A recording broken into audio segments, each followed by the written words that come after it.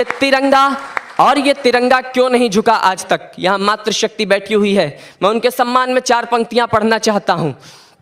यहाँ जब बेटा लड़ने जाता है तब उसकी माँ कहती है कि मेरे पुत्र मुझको तू वचन दे मात्र एक, मेरे पुत्र मुझको तू वचन दे मात्र एक, रणभूमि दूध की क्या लाज को बचाएगा, रणभूमि दूध की क्या लाज को बचाएगा, तेरे वंशजों ने जो लिखा है पुण्य इतिहास, तेरे वंशजों ने जो लिखा है पुण्य इतिहास, इतिहास लाड़ ले क्या तू भी दोहराएगा, इतिहास लाड़ ले क्या तू भी दोहराएगा।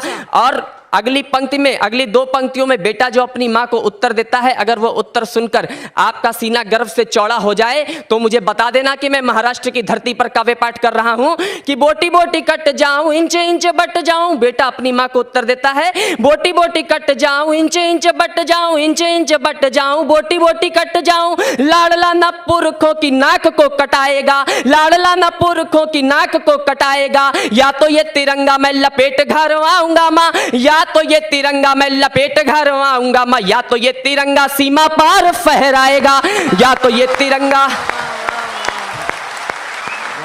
बहुत अच्छा, बहुत अच्छा, बहुत अच्छा, बहुत बहुत धन्यवाद। बहुत अच्छा बेटा, बहुत अच्छा।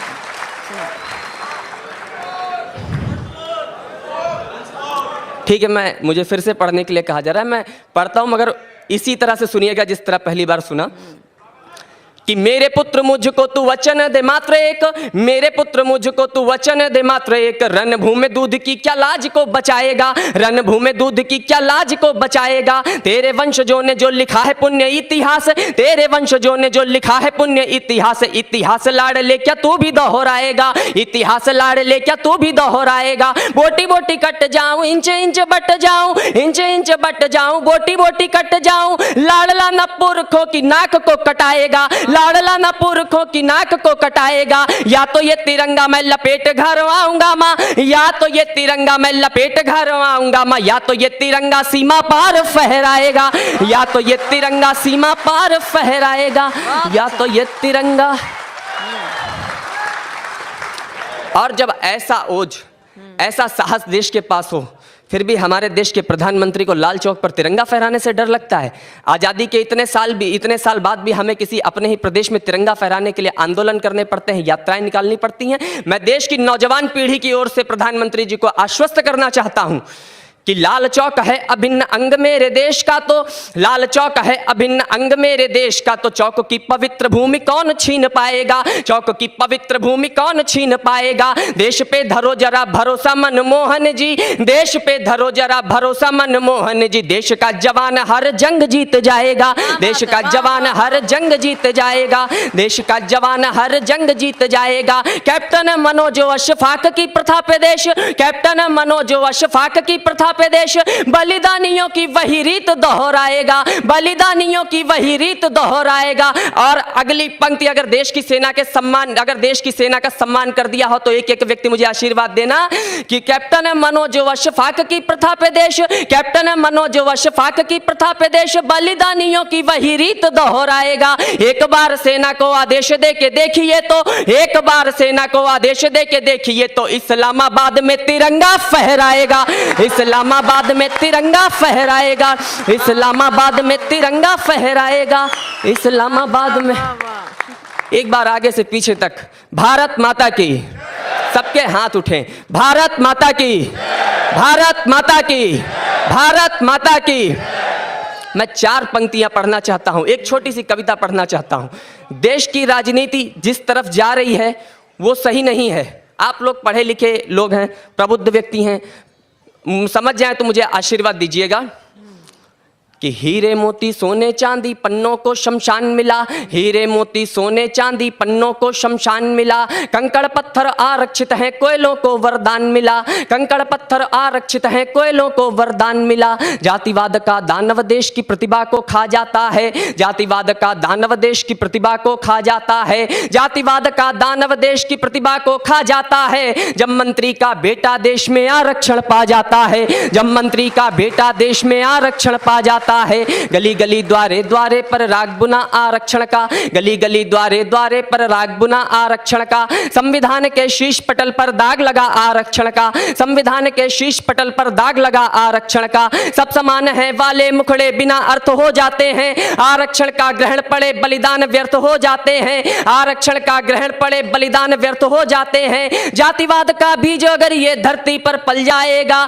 जातिवाद का बीज अगर ये धरती पर पल जाएगा, जातिवाद का बीज अगर ये धरती पर पल जाएगा, आरक्षण की आग में एक दिन देश मेरा जल जाएगा, आरक्षण की आग में एक दिन देश मेरा जल जाएगा। जातिवाद के घातक उद्घोषों की अब की बारी है, जय हिंद पर जय भीम के देखो नारे पड़ गए भारी हैं। रखो तुम सहेज कर सड़ते अन्न के दाने दाने को। और अगली दो पंक्तियों में अगर देश की आरक्षण प्रक्रिया को नया आधार दे दिया हो, अगर सच कह दिया हो मैंने किसी जाति, किसी धर्म, किसी व्यक्ति के लिए आरक्षण की मांग नहीं की, मैंने जिन लोगों के लिए आरक्षण की मांग की, अगर वो मांग सच हो तो आगे से लेकर पीछे तक, ऊपर से लेकर नीचे तक एक भी हाथ खामोश नहीं रहना चाहिए कि रखो तुम सहेज कर सड़ते अन्न के दाने दाने को, रखो तुम सहेज कर सड़ते अन्न के दाने दाने को, रखो तुम सहेज कर सड़ते अन्न के दाने दाने को। आरक्षण उसको दो जिसके घर में ना हो खाने को, आरक्षण उसको दो जिसके घर में ना हो खाने को, आरक्षण उसको दो। और चार पंक्तियों के माध्यम से बताना चाहता हूं कि ये परिस्थितियां ऐसी हैं तो क्यों हैं। मैं उत्तर प्रदेश से आया हूं, वहां पर दो पार्टियां हैं, सपा और बसपा, और दो राष्ट्रीय पार्टियां हैं, कांग्रेस और भाजपा। आपके यहाँ की मैं प्रादेशिक पार्टियां के बारे में कुछ नहीं कह रहा, मैं चार पंक्तियां पढ़ता हूं। देश की बर्बादी के कारण अगर कुछ है तो क्या है, आप समझ जाए तो मुझे आशीर्वाद दीजिएगा कि सपा बसपा या भाजपा जब सत्ता में आई है, सपा बसपा या भाजपा जब सत्ता में आई है, सपा बसपा या भाजपा जब सत्ता में आई है, हमको लगता चोर चोर मानो मौसेरे भाई हैं, हमको लगता चोर चोर मानो मौसेरे भाई हैं। लोकतंत्र पर शोकतंत्र का गहरा कशा शिकंजा है, लोकतंत्र पर शोकतंत्र का फिर से कशा शिकंजा है। और अगली पंक्ति में अगर देश की बर्बादी का सही कारण बता दिया हो तो एक भी हाथ खामोश ना रहे कि लोकतंत्र पर शोकतंत्र का फिर से कशा शिकंजा है, लोकतंत्र पर शोकतंत्र का फिर से कशा शिकंजा है, लोकतंत्र पर शोकतंत्र का फिर से कशा शिकंजा है। देश की बर्बादी का कारण केवल हाथ का पंजा है, देश की बर्बादी का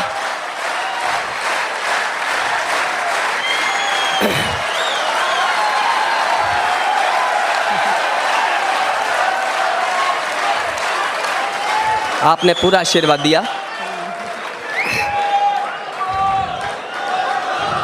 जी जी बिल्कुल बिल्कुल, मैं फिर से पढ़ता हूं और आशा करता हूं इसी जोश के साथ आप सुनेंगे कि सपा बसपा या भाजपा जब सत्ता में आई है, सपा बसपा या भाजपा जब सत्ता में आई है, हमको लगता चोर चोर मानो मौसेरे भाई हैं, हमको लगता चोर चोर मानो मौसेरे भाई हैं। लोकतंत्र पर शोकतंत्र का गहरा कशा शिकंजा है, लोकतंत्र पर शोकतंत्र का गहरा कशा शिकंजा है। देश की बर्बादी का कारण केवल हाथ का पंजा है, देश की बर्बादी का कारण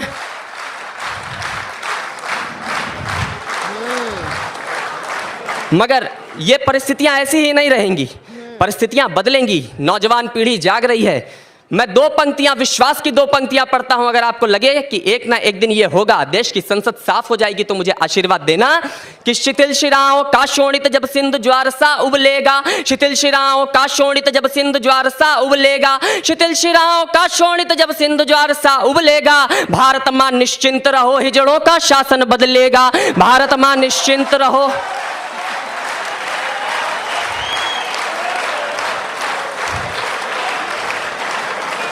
और भारत माता को विश्वास भी है अपने बेटों पर। अगर ये बड़े बड़े मंचों पर बड़ी बड़ी बातें कहने वाले लोग, अभी एक मुख्यमंत्री ने एक शहीद की शहादत को गाली दी और कहा कि मैं देशभक्त हूं, मगर उनके परिवार का रुख सही नहीं था।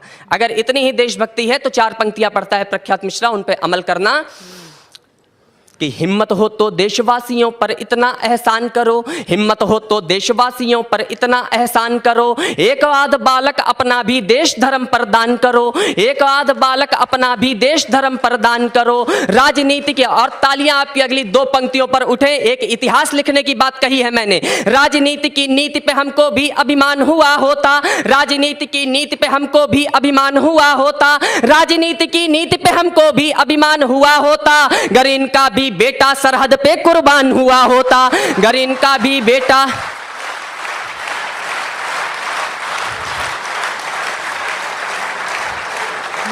अगर इनका भी बेटा सरहद पर कुर्बान हुआ होता। नेताओं के बेटे अब तक उग्रवाद से लड़े नहीं, नेताओं के बेटे अब तक उग्रवाद से लड़े नहीं, नेताओं के बेटे अब तक उग्रवाद से लड़े नहीं, इसीलिए अफजल कसाब आतंकी फांसी चढ़े नहीं, इसीलिए अफजल कसाब आतंकी फांसी चढ़े नहीं, इसीलिए अफजल कसाब। और विश्वास की 4 पंक्तियां पढ़कर अपनी जगह लेना चाहूंगा। ऐसा नहीं है कि परिस्थितियां नहीं बदलेंगी, हिंदुस्तान का सूर्य कभी अस्त नहीं हो सकता। मैं 4 पंक्तियां पढ़ना चाहता हूं कि चिंगारी छिटकाने से हिम पर्वत पिघल नहीं जाते, चिंगारी छिटकाने से हिम पर्वत पिघल नहीं जाते, बादल कितना भी चाहे सूरज को निगल नहीं पाते, बादल कितना भी चाहे सूरज को निगल नहीं पाते, चंद हवा के झोंके बोलो कब चट्टाने तोड़ गए, चंद हवा के झोंके बोलो कब चट्टाने तोड़ गए, और वृक्ष कब बोलो तूफानों का रास्ता मोड़ गए, गूंगी बहरी राजनीति पर व्यापक चोट जरूरी है। और अगली पंक्ति में आपको लगे कि अब परिस्थितियां ऐसी आ गई हैं तो कि किसी न किसी को ये करना पड़ेगा, ये बीड़ा उठाना पड़ेगा, तो एक बार तालियों का महोत्सव कर दीजिएगा कि गूंगी बहरी राजनीति पर व्यापक चोट जरूरी है, गूंगी बहरी राजनीति पर व्यापक चोट जरूरी है, गूंगी बहरी राजनीति पर व्यापक चोट जरूरी है, भगत सिंह से कह दो संसद में विस्फोट जरूरी है, भगत सिंह से। जय हिंद, जय भारत।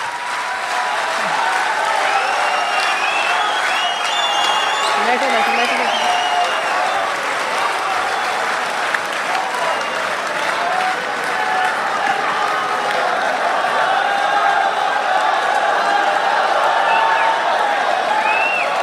बहुत अच्छा सुनाया प्रख्यात मिश्रा ने।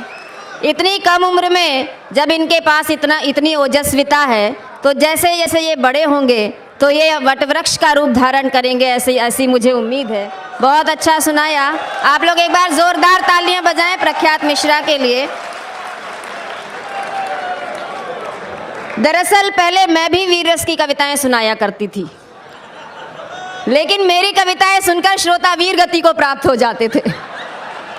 तब से मैंने वीर रस को त्यागपत्र देकर श्रृंगार रस में पदार्पण किया। वीर रस के कवियों को हम मंच के कवि, आतंकवादी कवि कहते हैं, इसलिए क्योंकि ये इतने जोर से चिल्लाते हैं कि श्रोता घबराकर तालियां बजा देते हैं। श्रोताओं को लगता है कि अगर तालियां नहीं बजाएंगी तो कहीं ये कवि छलांग लगाकर श्रोताओं में ना आ जाए। ये वीर रस के कवि कहते हैं कि हम खून से लिखते हैं, खून से, और हास्य रस के कवि कहते हैं हम खून वून से नहीं लिखते, हम तो स्याही से ही लिखते हैं, और अगर ज्यादा जोश आ जाता है तो लाल स्याही से लिख देते हैं। एक कवि सम्मेलन में हास्य रस का कवि छा गया और वीर रस का कवि वीर गति पा गया, तो गुस्से में आकर वीर रस के कवि ने बंदूक हास्य रस के कवि के सीने पर तान दी।